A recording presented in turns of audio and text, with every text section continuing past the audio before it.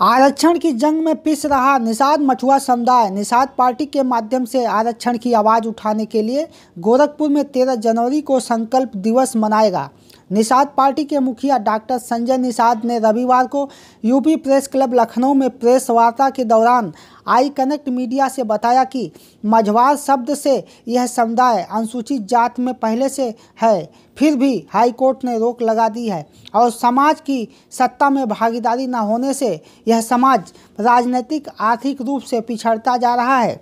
देखिए I connect news के संपादक सुभाष निषाद द्वारा डॉक्टर संजय निषाद से वार्ता की एक खास रिपोर्ट।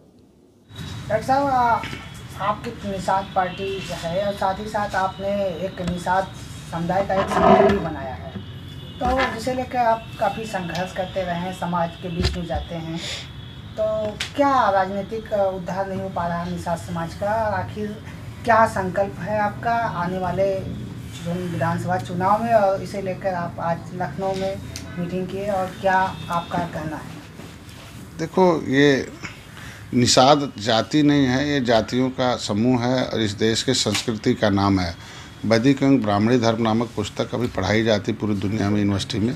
उसमें 13 नंबर पेज पर श्रीकांत पाठक लेखक हैं उसे कि इस भारत में जिस संस्कृति का आगमन हुआ उसे निषाद संस्कृति के नाम से जाना जाता है। आज के दिन में इस देश का नाम भारत है और उससे पहले इंडिया था, जब मुगल थे तो हिंदुस्तान था, उससे पहले आर्यभट्ट, जम्मूद्वीप और फिर निषाद देश था।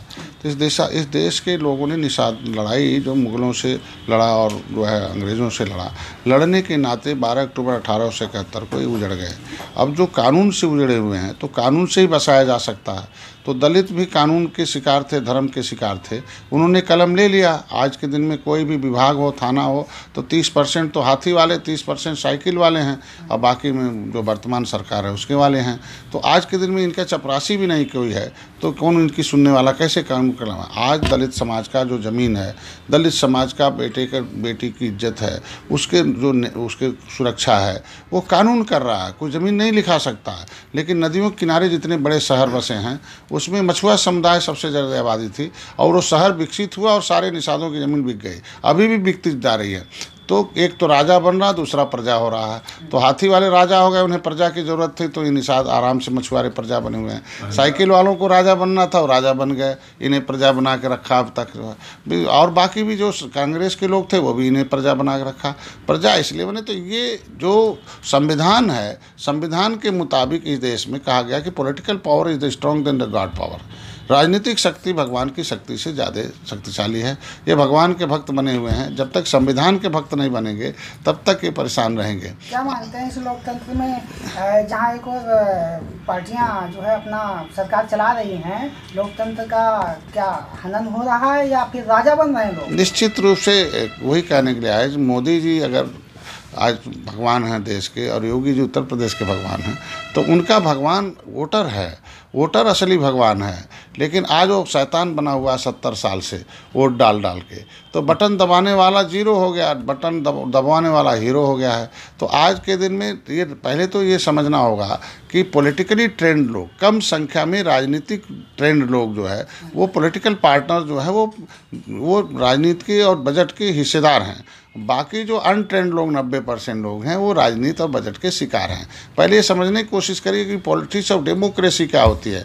यही नहीं जान रहे हैं, इसीलिए बर्बाद है। जो जान गए वो आबाद हो गए, जो नहीं जान रहे वो बर्बाद हो गए। बाबा साहब ने संविधान निर्माण किया और उसके बाद जो अति पिछड़ा वर्ग, सामान्य वर्ग और ये जो अनुसूचित जाति है, इसको उद्धार के लिए आरक्षण की व्यवस्था की गई, प्रमोशन में व्यवस्था की गई, राजनीतिक आर्थिक शैक्षिक विकास भी हो सके इसके लिए भी व्यवस्था की गई। लेकिन क्या आज के समय में ऐसा हो पा रहा है? इसीलिए मैं कह रहा हूँ ना कि पहले निषाद राज का किला इलाहाबाद में, वहाँ राजा नीति बनाते थे तो प्रजा सुखी थी। एक किताब है जस्टिस ऑफ इंडिया, अमर सेन ने लिखा है, और वो वाइस चांसलर इस समय नालंदा विश्वविद्यालय के, पहले वहाँ हेड ऑफ डिपार्टमेंट PHU के थे, हेड ऑफ डिपार्टमेंट। उन्होंने लिखा एविडेंस के आधार पर कि जब भारत की आबादी ईस्वी फर्स्ट में 2 करोड़ थी, तब निषाद राज के हाथ में सत्ता थी, तब राम बन गए थे, उन्हें पार उतारा था, उन्हें भगवान बनाया था। तब जीडीपी ग्रोथ 33.5 था, एजुकेशन 75% था। इसके तब इस देश के लोग व्यापारी थे, दुनिया से रुपया आता था।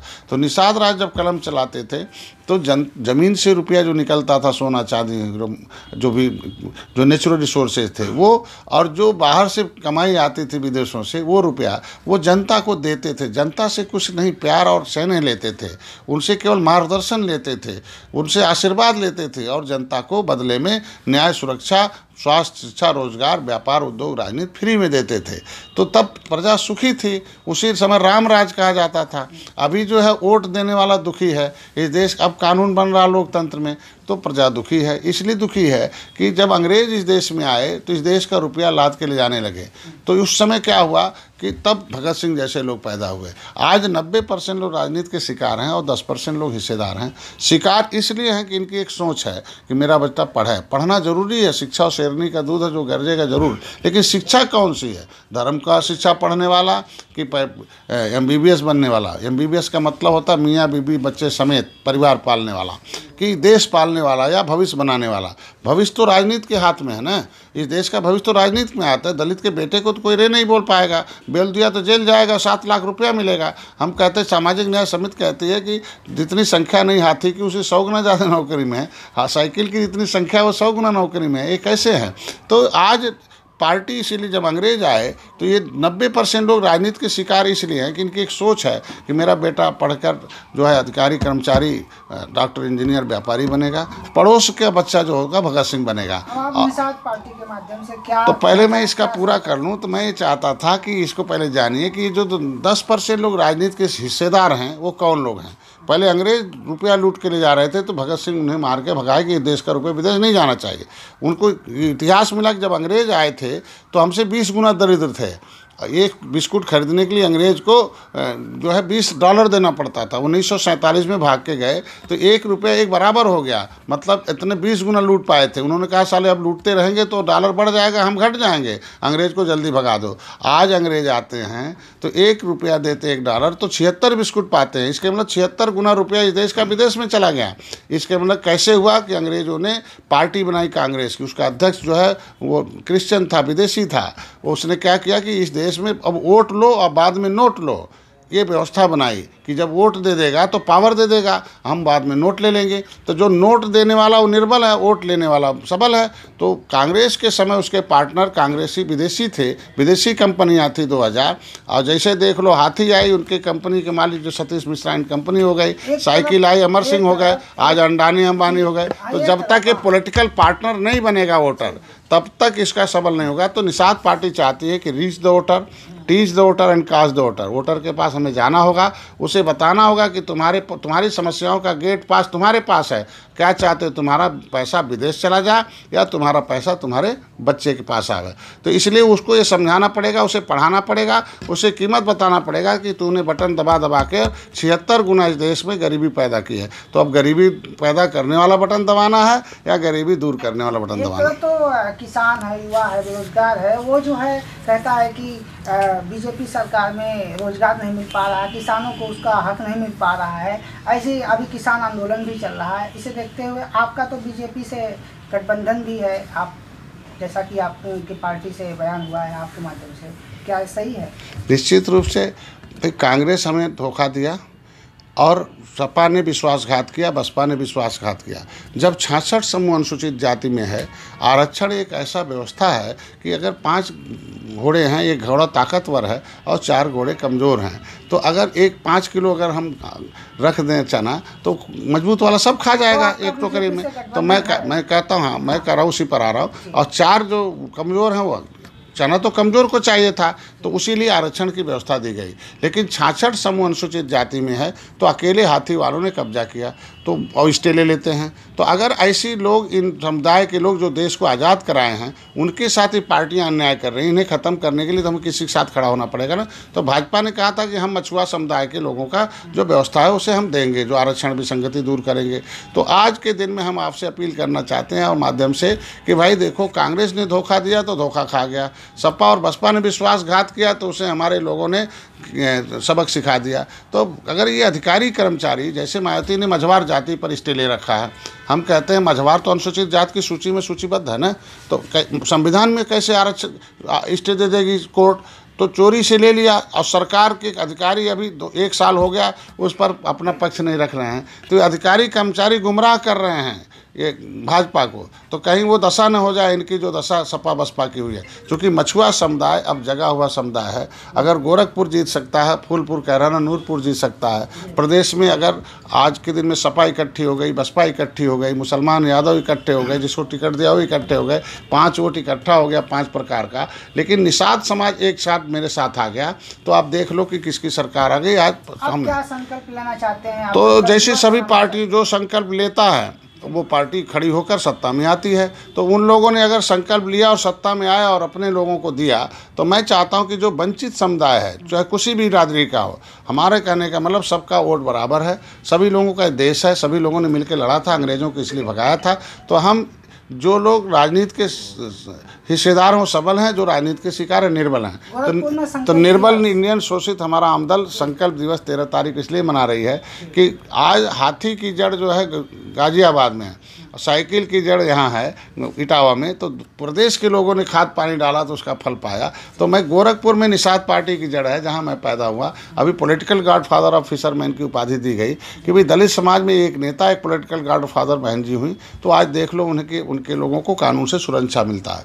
पॉलिटिकल गॉडफादर मिल्कमैन में पैदा हुए मुलायम सिंह, उन्हें भी होता है। तो मेरे समाज के बुद्धिजीवी वर्ग ने पूरे विश्व मछुआ दिवस पर तो उन्होंने निश्चित रूप से, जब से मैं आया हूँ, निश्चित